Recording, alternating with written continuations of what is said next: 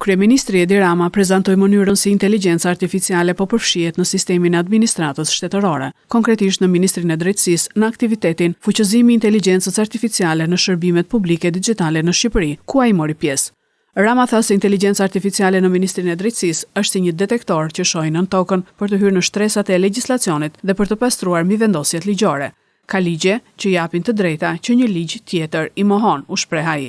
Ai theksoi se modeli i inteligjencës artificiale është aktualisht në fazë trajnimi dhe synimi, është që brenda 2 viteve të realizohet një pastrim rrënjësor i legjislacionit shqiptar, duke theksuar se ky do të jetë një proces që nuk është ndërmarrë më parë as nga vendet e tjera të rajonit apo të mesdheut. Fal inteligjencës artificiale, transferimi i gjithë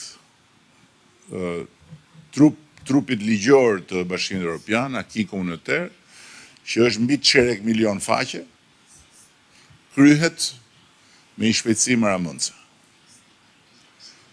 Vetëm për të bërë këtë proces, Kroacisë, që ka shkëlqyer me integrimin evropian, janë dashur 7 vjet.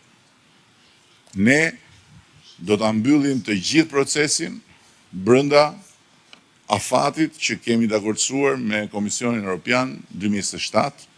Dhe po të shikoni fluksin e informacionit që vjen në kohë reale, nga modeli inteligjencë artificiale i cili bëhet gjithmonë më i mençur dhe sot kemi faktikisht nëse e nisëm me një përpikmëri 90%, sot e kemi përpikmëri 99%,